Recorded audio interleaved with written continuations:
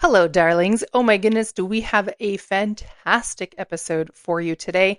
We're going to be covering 3 critical money mistakes that good-hearted women are making when they're trying to manifest money. I guarantee you've probably made at least one of these, so let's correct it, okay? Let's start lining up to bring in more of the dollars. Let's go.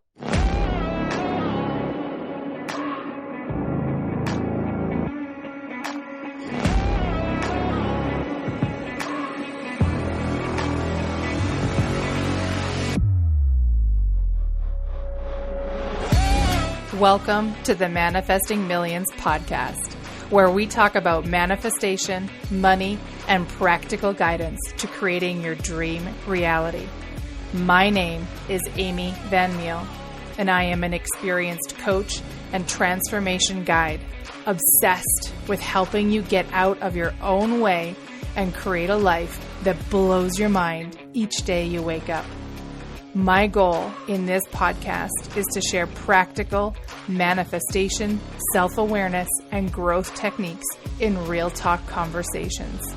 So if you're ready to massively transform your reality, your finances, your relationships, and your overall enjoyment of life, you are in the right place. I am absolutely delighted that you're here with me today, babe. Let's get into it. Hello, my loves, and welcome back to the Manifesting Millions podcast. Thank you so much for pressing play and joining me today. I am your host, Amy, of course. Perhaps you've skipped through the intro, and so you're like, who is this chick? So I thought I'd just take a half a second to say hi. I have a slightly different episode for you today. Now, I realize that all this week, there's a whole pile of extra episodes coming out for you. There's a ton of really great content out here to support you this week. But this one is a slightly different episode because it's actually the audio from a YouTube video that I posted just this past weekend. Now, the only reason I mention that is because you'll hear me in the recording say very specific things like welcome to the YouTube channel, like and subscribe. And I just want to call out like right from the front that this is actually a YouTube video, and I've just pulled the audio from it. And I pulled it for you because, oh my goodness, the content was so good. I didn't want to try to record it again because I knew I would miss some of the magic that was captured when I sat down and recorded it in the first place. What we're going to be talking about is 3 critical mistakes that I see so many good-hearted women making when they're trying to manifest money. I tend to stay away from topics related to manifesting money. I tend to focus my work much more on building wealth and healing your relationship with money. And I suspect that over time, I will lean more into the conversation of like, how are we actually creating more money into our life? Because I know certainly so many of us want to see that coming through. What I want to, though, speak on this week is that there are, and I see people do this over and over and over, and you are not alone. If you recognize yourself in these mistakes, I have done all of them as well, and I'm sure I will keep doing them in different ways in my life. Here's the one thing that is just kind of wild. Even when you know something better, you're still sometimes going to have a moment where you forgot to apply it into a slightly different area of our lives. Okay, like that's just how life happens. Sometimes we're like, oh, right. That actually applies here and not just over there. So I won't say anything further because Lord knows I can take a whole pile of time and that's not what we're here for. The episode is really juicy, so I'm just going to go ahead and, you know what they say back in the old days, roll tape. Hello, my loves, and welcome back to the channel. Thank you so much for being with me here today. For those of you new to the channel, my name is Amy. I'm delighted to be here with you today, and we have a really juicy topic that we're going to get into today. What I want to talk about today is the 3 critical mistakes that all good-hearted women like you are making when it comes to trying to manifest money. Oh my goodness. If you've heard the angels sing, as I just said that, I promise you, I have got you, girl. We're going to clear through this today. So I'll go into the mistakes in just a second, but one of the things that I know I felt the same way, so frustrating in the journey of shifting my experience with money, is specifically around how to manifest money. And I mean, we get into it. We want to we get all the free downloads. We sign up for the webinars. We listen to the podcasts. We read the books. And yet we can't seem to change what we're experiencing. And we're like, WTF, what is happening? I'm going to crack the code for you today so that no longer are you going to go, what is happening? Now you'll know, and I'll help you understand how you can start to change it. So mistake number 1 is continuing to operate from the old belief system. So here's why this doesn't work. Your beliefs drive the results that you experience in your life. If you are brand new to subconscious reprogramming and call it the woo side of the world, this might be like something you've never heard of before. But probably if you're attracted to my work, you've heard something similar. What happens is that even when you attempt to take different actions than you normally would, your results are actually driven by your existing belief system. That's the part that's like really crazy and very frustrating, particularly when you're wanting to bring in money, increase your income, increase savings, whatever manifesting money looks like for you. Your belief system is likely not aligned with what you desire to have, and it's getting in the way. Now, this is because of something called the observer effect. If you want to dive into it further, just have a peek for a video on the double slit experiment in quantum physics. I'll save you the science, but basically what happens is the observer effect is that we are observing the results into reality. And those observations, what we observe, are based on what we expect to see. I'll give you a few examples. I have a friend who swears up and down she never has to walk. She always gets really good parking spaces. Now, Lake Louise, Alberta is like a couple of hours from my home. And whenever we go, the parking situation is nuts. Every time this friend of mine goes, she always gets a parking spot, and she gets it pretty close because her expectation based on her belief is that she always gets a parking spot nice and close. So that's the only thing that can show up for her. On the other hand, let's say that you have a belief that people on the road are idiots and nobody knows how to drive and everybody's always getting in your way. So what happens is you will actually observe that into reality. If you ever notice when you drive with some people who have this belief and you drive with other people who are like very relaxed, the experience of the traveling is completely different because it's actually being collapsed in real time based on what you believe to be true. The same is true with all parts of our life, but especially when it comes to money, and definitely when it comes to wanting to call more money in. We are observing into reality what we believe. So if we believe that money is hard and that it can only come to us through very hard work and a ton of effort, then that must be true. It has to show up for us in our life. So here's what we do instead, because we could talk about this for hours. What you want to do instead, and this is critical, is figure out what your money beliefs are, particularly, I cannot say this enough, particularly the ones not supporting you. I want to be clear. Your whole money system is based on your money beliefs, and you have some really amazing beliefs that are doing a wonderful job of taking care of you and of supporting you and ensuring that you have the resources that you need. But there are some beliefs in the system that are flawed. They're old operating system mandates, and they need to be corrected. We need to upload some new code, so to speak. So here's what we can do. First thing, if you're wondering, this is the question everybody has, Amy, how the heck do I know what my beliefs are? Have a look at what you're experiencing. If your bank account balance never seems to go above a certain amount or even below a certain amount, that's because you have a belief that that is a safe and secure spot for you. Even if logically you don't, okay? Logic has nothing to do with beliefs. Even if logically you say that doesn't make any sense, if that's consistent in your life, there is a belief around it. If every time you hear the thought in your mind when there's something that you'd like to experience or purchase that it says, I can't afford that, there is a belief there. There's a belief that is anchoring that into your reality. And so it will make sure that you, no matter what, you can't afford the things that you want to have.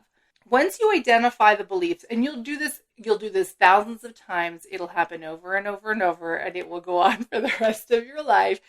We want to start challenging those beliefs. We want to start asking questions about them, poking holes in them. Start giving it a little bit of friction of like, why is this belief true? And this is a question that I really love. Why do I want this belief to continue to be true for me? Every belief that we have is serving us in some way. So there's a reason that we built this belief in the first place. There's a reason that we're holding on to it. But when you start to pull it apart, you might go, oh my God, that doesn't make any sense anymore. I had this belief because, I don't know, somebody treated me poorly 20 years ago, but that's never happened again. So perhaps this belief is actually not helping me. Perhaps it's actually hindering me. Then this is the critical thing. This is the part that makes everything else work. Be willing to see it differently. This is so powerful. I cannot overstate this enough.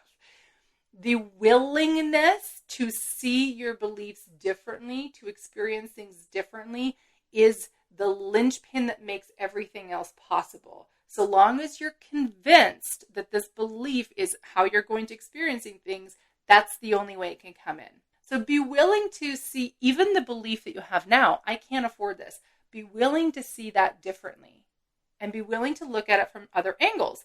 And this is what I love. Play with what you could believe instead.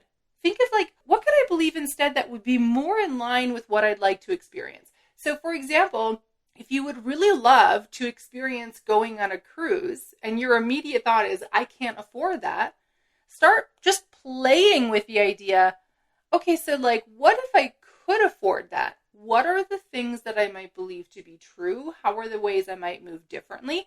You don't have to do anything with it right now. You're literally just going through the mental exercise because the power of neuroplasticity is that your brain will rewire as you explore the potentials. This is very, very juicy. Then play with what it would be like if you expected that belief to be true. So if you were now someone who expected that you could afford anything that you wanted to do, well, what might that feel like? How would you expect the world to open up for you? For example, perhaps what you would expect is that the opportunities that come into your awareness are actually all opportunities that are completely affordable to you. I know people who, constantly say, I can't afford to go on vacation. And so then all they see is vacations that they can't afford. But then there are other people who know that they absolutely can go on vacation once or twice a year. And they have these amazing deals on vacations. And you're just like, how did you come up with this? Because their expectation is that they can afford it. And so therefore, those are the opportunities that are coming into them. What things would you expect to see happening if the belief were true? And then, this is critical, notice every time it does. Here's the part that nobody talks about when it comes to doing belief work. It is actually tiny, itty bitty bitty, incremental shifts over time. And the results, the actual changes in your life come so slowly and so minusculely that most of us miss them unless we're really paying attention for them. And even if we do see them, we often will tend to dismiss them because we're like, well, that's not big enough. That's not what I wanted. That's just a tiny little thing. Sure, I could manifest a cup of coffee, but I wanted to manifest a 30% raise. But it's these small markers that show you what you are starting to believe and expect to come into fruition are actually starting to shift. So we want to watch for those things. And let me tell you, I have countless examples of times where I've put out a desire and kind of forgotten about it, and then it came in, and then it's like months later before I even realized that thing came true for me. So don't feel bad. You're going to miss a whole bunch of them, but keep moving as if you're expecting to see this come true, and it will over time begin to shift the framework of what you believe to be true. Mistake number 2. This one is big. Oh my goodness.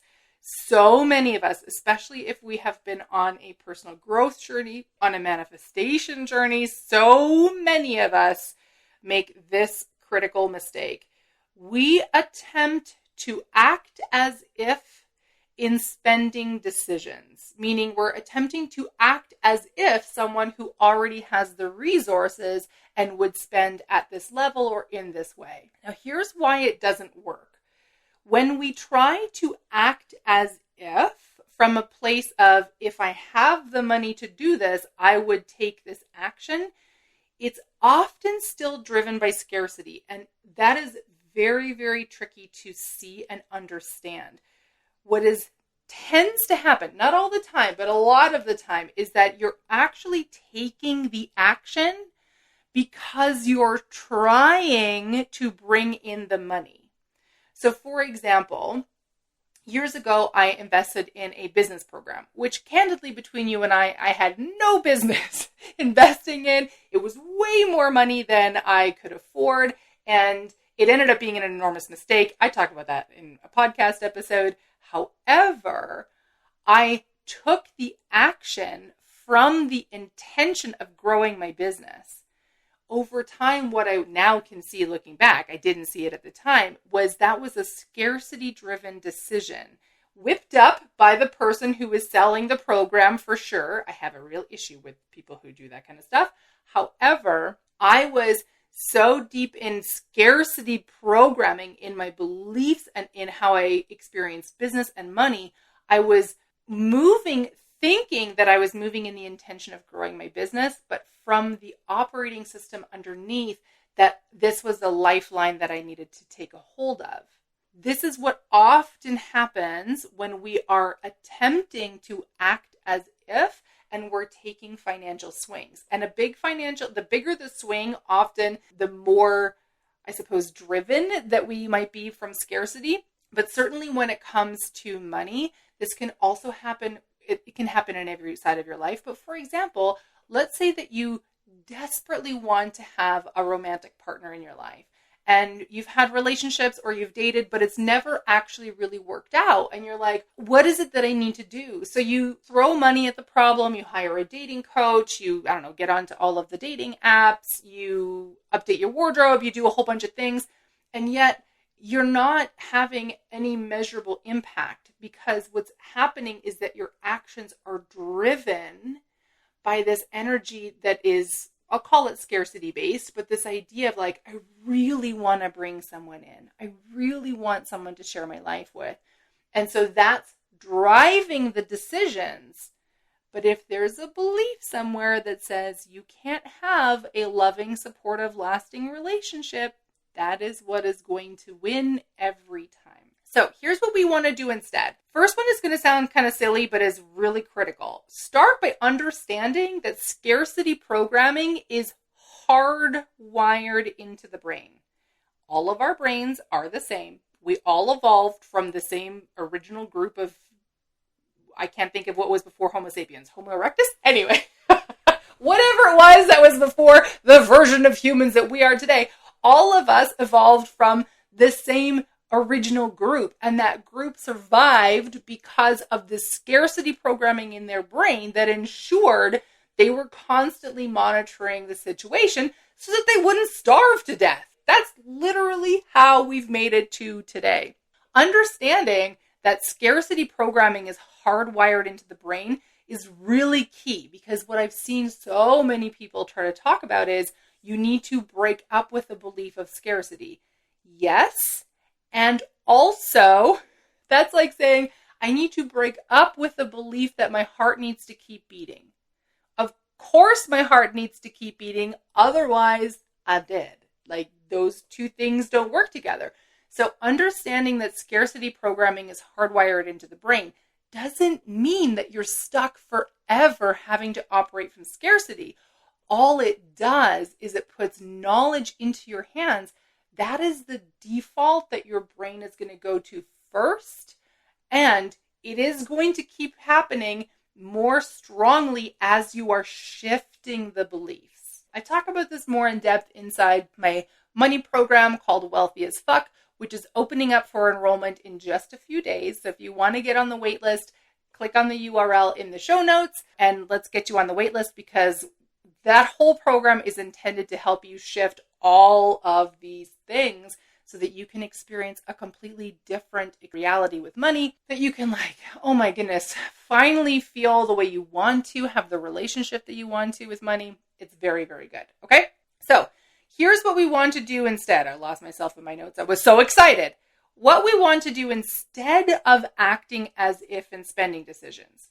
Now that we hold that understanding that scarcity programming is hardwired into the brain, you can't make it go away, and you actually don't want to, because it is still monitoring your situation all the time to make sure you don't die. Okay, so we still need that very old programming in the brain. We just don't need it operating in the way that it is right now. So what we want to do is understand that and then begin to approach potential spending decisions. Please hear me clearly on this. Approach potential spending decisions as an experiment. So much of this we can play out in our brain. We can start to practice different ways of moving and acting and being in our minds long before we actually do it in person. Think about it this way. Think about, like, you had an exchange with someone in the store or a friend or in the street or at work, and then you spend the next week replaying the situation in your brain and all the different ways that you would have approached it, the different things that you would have said, the different things that, like, they would have reacted, right? You're literally practicing. Your brain is dress rehearsing for the next time that happens. Here's how I would like to do it. That's what's happening. So we do the same thing.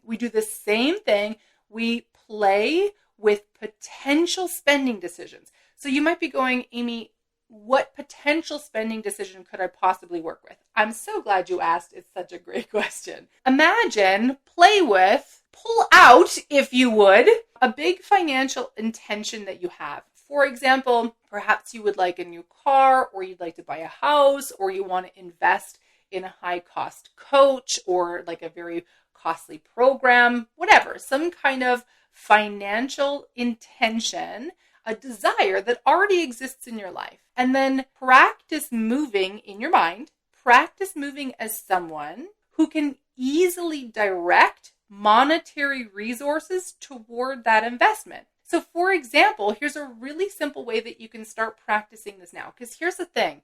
And listen, oh my goodness, sister, I have had the same friggin' thing happen when I first heard about acting as if, and honestly, probably for about 15 years after, like, all these coaches and teachers were saying, Amy, you need to act as if this was already true. And I'm like, okay, well, I would do this. And all I was doing was spending myself into oblivion and racking up leveraged money and feeling super defeated and frustrated because I wasn't seeing the results I wanted, because the problem was that I was acting as if, but from old programming. It's broken, which is why I'm very passionate about making sure that people don't do that now. What we want to do is we practice doing it in small ways. For example, you have an intention, some kind of financial intention. You want to buy a house, you want to buy a car. Something that I did a few years ago, and it's still one of my favorite things. I wanted a punching bag for my gym downstairs. I studied Muay Thai for a lot of years. Going to, like, having a membership for a Muay Thai gym in Calgary was very costly and way outside of my budget. And so I started saving up. I started setting aside a little bit of money. And I got to tell you, I use the punching bag to this day and I love it. And it's one of my favorite things to do as a workout. And I feel so good about it because I paid for the bag and mats and everything that I needed from savings. What I did was, here's what we can practice.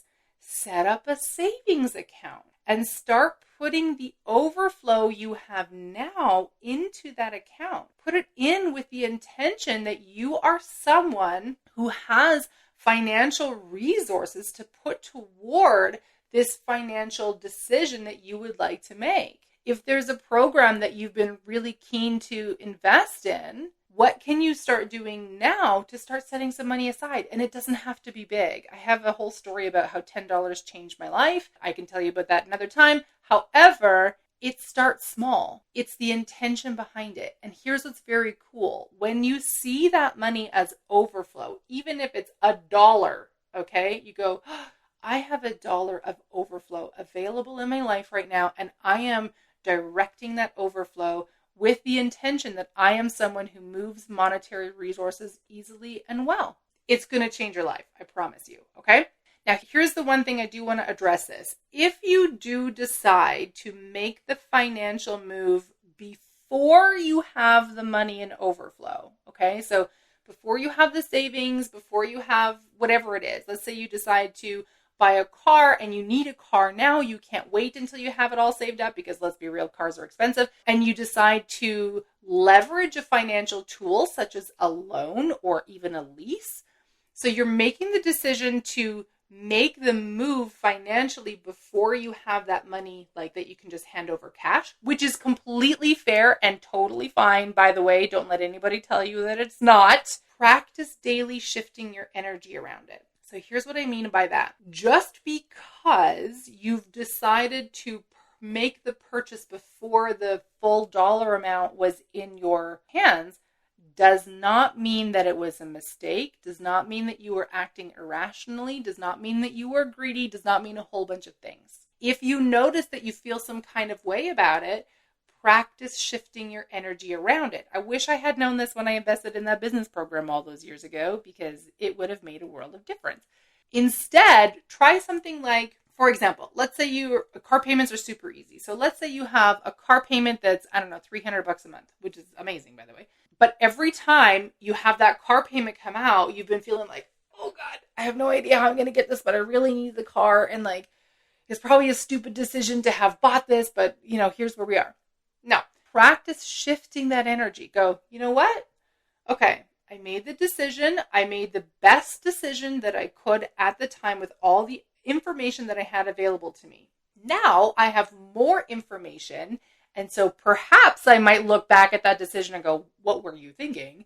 However, at the time, I really did move with the best intention based on the best decision. So I am going to keep moving with the best intention as if I'm making the best decision. And I am grateful that I have this vehicle. I am grateful that I have the resources to put towards paying for this vehicle. And even if I have no idea how I'm going to do it next month, that doesn't matter. Next month, me will figure it out. Today, me is really happy that I have the resource of the vehicle, that I have the resource of money to put towards the payment. And I'm really happy that there are systems in place that allow me to make use of this vehicle before I have all the cash money. Do you see how that feels different?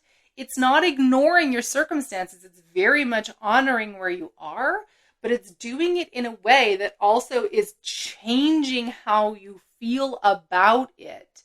And that, as you practice that regularly, you don't have to do it every day, but I say daily because so many things, especially when it comes to money, really trip us up, time after time. As you do this, it will actually begin to shift your emotional state, your nervous system regulation, and the very cool thing is it will slowly shift your beliefs as well, which is awesome. Mistake number 3. I forgot what we were talking about for a second. I get so excited when talking about this. I'm a nerd. I know. You're all very welcome. So mistake number 3 that I see good-hearted women make all the time. Oh, this one really hurts my heart. And every time I think about this, I think about Brené Brown because she's just the anchor point in my brain about this topic. Feeling secret shame about your money reality. Let me tell you, if there were a picture, like a definition in the dictionary and a picture associated with it, it feels like it would be like my profile picture because the amount of shame that I have felt about my money reality throughout my life is just insane. Here's why feeling secret shame about your current money reality doesn't work. Shame will erode any work that you try to do on the outside from the inside. It just undermines everything that you're doing.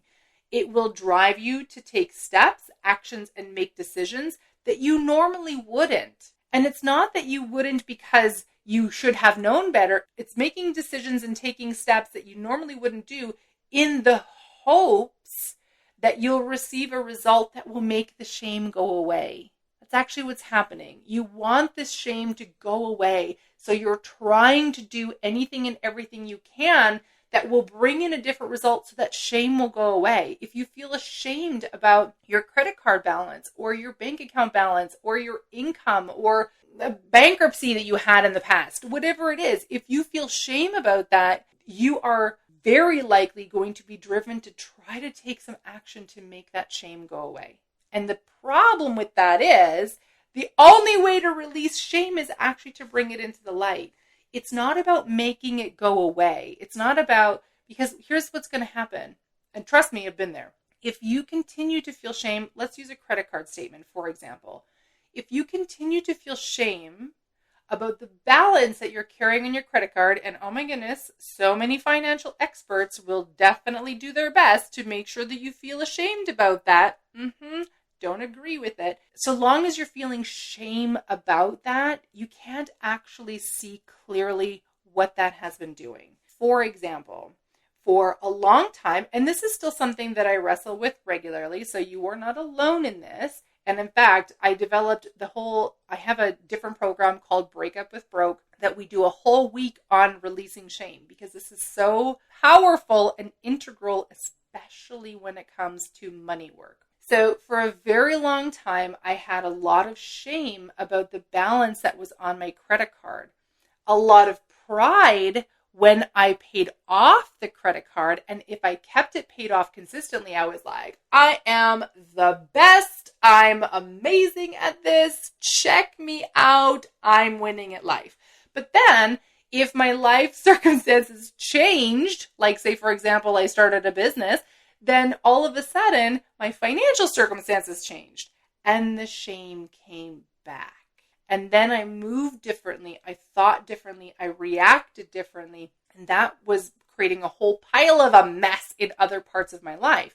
So here's what we want to do instead. Knowing that shame can only be released by bringing it into the light does not mean that you need to publicly announce that you've been feeling shame. Okay, that's not what I'm telling you at all. Don't go stand out on a milk box somewhere and tell everybody you're feeling ashamed about your financial reality. But admitting it to yourself is a very powerful first step. When you can actually be honest with yourself and admit to yourself, I feel really ashamed by this. I feel very shameful about this. It will start to really change your life. So admitting shame to yourself is very, very powerful. And we don't need to do this publicly. You don't even need to tell your partner or a best friend or like your neighbor about it. That's not what it is about. We can start by writing it out in a journal. Start by talking it through with yourself. You might feel a little bit like a lunatic, but that's okay. You're all by yourself anyway, so what does it matter? What you want to do is start to be willing to admit that the situation sucks. Be willing to actually speak the words out and say, hey, I feel a lot of shame about this. I feel like, figure out, I'm trying to spitball here. Figure out what's sitting underneath it. For example, let's use the example of the credit card statement that I mentioned before. So something that could be sitting underneath it is, I feel really like this is a very shameful thing to have. It's a shameful thing to have a credit card balance. So many financial experts that I listen to and I'm trying to learn from are saying you should never carry consumer credit, and every decision I've made is dumb, and it's costing so much in interest, and I should be ashamed of having this balance. As you actually start to talk it out, here's what's really cool and kind of crazy about shame, is that you'll start to realize how ridiculous it sounds. Now, here's the thing. If you are carrying credit card balances, and this is what so often gets talked about, if you're carrying credit card balances because you've just been like spending like an idiot, sorry, but that's the only way I'm going to say it. You've been spending like an idiot. Like you're buying, thousands of dollars worth of clothes that you don't need, or you've been going on crazy vacations that you have no way to actually afford other than putting it on a credit card. That's a whole different situation. But for most people, that's not where the spending comes from. In fact, because the world is a crazy expensive place and it's not getting any cheaper, let's be real, most of what we're experiencing are things that are just supporting our daily life. Once I started to disconnect the shame that I was feeling, what I realized was the majority of the spending, 95%, wasn't on silly luxuries. It was groceries. It was platform fees. It was, fuel for my car. I started to go through and went, oh my God, well, why would I feel ashamed about that? That is silly. But until you actually bring it to the light, you can't actually shift it. So write it out, write it in a journal, talk it through. One of my favorite things to do is just talk it out with myself. Now, granted, I'm sitting in a room by myself talking to a camera, so obviously I have no issues talking to myself, but I do this in the car when I would go get groceries. I do this when I'm brushing my teeth. It's harder to talk to yourself when you're brushing your teeth, but you do it in your head anyway. I do it when I'm, doing some stretching or about to do a workout. I could do it when I'm going for a walk. You don't have to necessarily say it out loud, but it is helpful if you can speak it out loud, because what you will start to notice is the garbage that is going on in your brain, which is only going to keep showing up in your life. No, thank you. We can click unsubscribe on that and send that on its way. Thank you very much. Here's the second thing that's really, really, really powerful about how to release the secret shame that you've been feeling about your money. It's going to sound kind of funny, okay? But trust me on this. Build your money knowledge. Before you click away, this is not about go listen to more experts, go follow, the next multimillionaire on YouTube or whatever else. In fact, doing that, I talk about it in my Money Mistakes podcast, is one of the big issues that I had early on in my money journey. And it got me in all kinds of trouble and created a whole pile more shame that I then had to release down the way. So don't do that. That's not what I'm saying. But this is what I'm saying. One of the easiest releases that I've ever experienced when it came to feeling shame about my money was when I started learning about the history of women and money. There's a specific fact. I can still feel the release. It was like someone cracked a mountain in half. It was so massive in my mind. The simple fact that women have only had independent access to financial tools since about 1964 in Canada, different times in different countries, yielded me this huge release. I had been feeling so ashamed that I didn't know how to manage money better. And then when I learned this, I was like, oh my God, less than 30 years before I was born, less than 20 years before I was born, women didn't even have access to money unless it was through a male in their life, their dad, their brother, their husband. That was the only way they really had access to financial tools. Meanwhile, here I am feeling like I should be way further ahead, but I'm comparing and contrasting my financial journey with the financial journey of the male experts that I had been listening to for so long, when men have had practice with money for thousands of years. When you start to understand, and this is the part that I think is crazy when we start to build our money knowledge, we experience things in the now, but we carry history with us. It's a whole thing about generational beliefs. We don't have time to talk about it today. However, we do carry that with us. So when we can start to understand some of those pieces, it's not about that we need to reconcile it or do a whole bunch of stuff, but simply having the awareness of it can create massive release for us in the now, and that allows us to move differently. So if these mistakes have been really helpful, if you see yourself reflected in any of them, please do the normal YouTube thing. Give this video a good thumbs up. Be sure to like it. I hate when people say smash the like button. Please don't smash it. There's a screen here. Just tap it. Put a little love behind it. If you really vibe with the content, then click subscribe, and I will hopefully get more of this content into your hands. Dear YouTube, please bring this out into more good-hearted women like you. If you really love this, it would just like make my day so much if you would share this content out. That would be really helpful.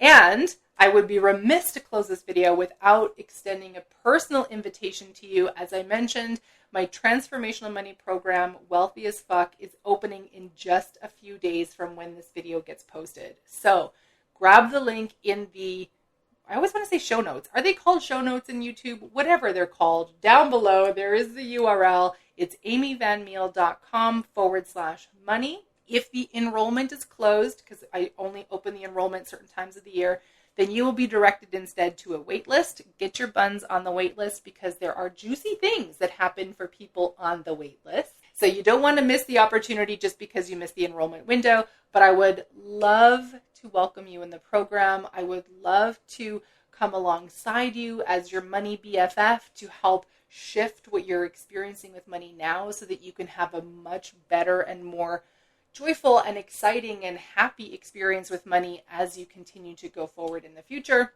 And I'd love to see you inside. All right, my loves, that's everything for now. If you haven't yet, be sure you hit that like, hit the subscribe, and I will see you next time. Bye for now. All right, my loves, I trust that you really enjoyed that episode and got some really amazing wisdom from it. That would be amazing. As a reminder, the Wealthy as Fuck Money program is open for enrollment right now. And it won't be open again for a couple of months. So if you want to start shifting your relationship with money, if you want to really dive into some of what we've been talking about in this episode and the money mistakes that so many people are making when it comes to not just manifesting money, but also like understanding and building a relationship with money, then Wealthy as Fuck is going to be a very, very good idea for you.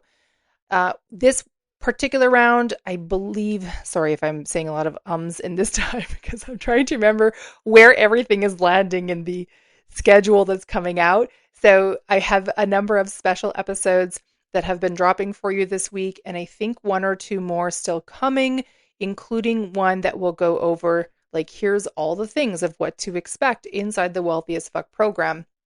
So if you're curious about what you're going to find on the inside, that episode will clear it all up, but you can also find it all on the enrollment page, which is amyvanmeel.com/money, as I mentioned in the episode. I think in the episode I talked about it as the wait list, but as I noted earlier on, this the YouTube video actually came out a few days before I have this coming out on the podcast. So by now, the enrollment window is open. I really would love to welcome you inside if it feels good for you, if you feel led to step into a closer container. And this is a very juicy time to get into the Wealthy as Fuck program because there are a number of live components to the Wealthy as Fuck program that I'm doing now that I don't know if I'll keep doing in the future. We'll see. We'll see how people like them or love them or hate them, or, maybe they don't do anything with them. But we'll be doing some live calls throughout our time together. And I was thinking about this the other day. So the first month we focus fully on money. We really go into the content that is inside Wealthy as Fuck.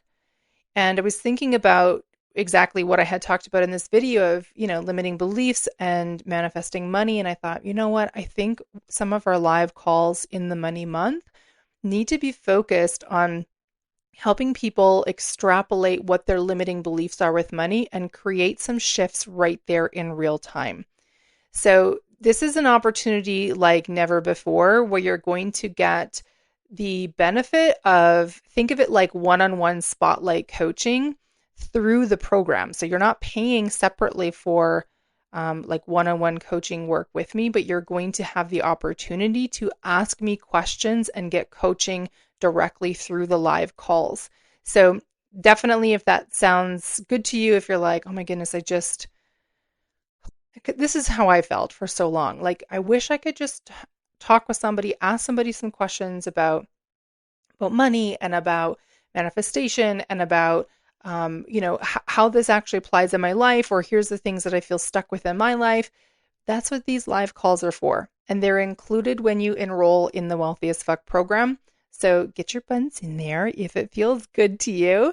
And I really would love to work alongside you and really just celebrate your growth, because that's what's coming out the other side, okay? Like, I don't know exactly what that's going to look like for you, but I do know that when you get in there, when you press play, when you start moving through the content and working your way through the workbooks, oh my gosh, like some really cool, amazing things are coming your way. And for sure, we're going to shift how you're experiencing money and how you're relating to money. And that is something I cannot like overstate how impactful that is to the entire rest of your life. Okay. So this is really the heart of the work that I do. This is why I focused on Wealthy as Fuck, starting with the core focus on money. So I really would love to welcome you inside the program. As I mentioned, enrollment is open right now as of when this podcast episode drops, and it will be closing in a few days. So make sure that you get your tush in there if it feels good to you. Do you notice that I always say if it feels good to you? I want to just clarify that before we close out this episode. There's a tiny bit in my brain that's probably activated by like old business so-called experts in marketing teaching that's like, just tell them that they need to get in there and like make it super valuable and like, what am I trying to think? Like, don't give them a choice or show them how bad it is if they don't say yes. Okay. I so deeply disagree with that kind of marketing.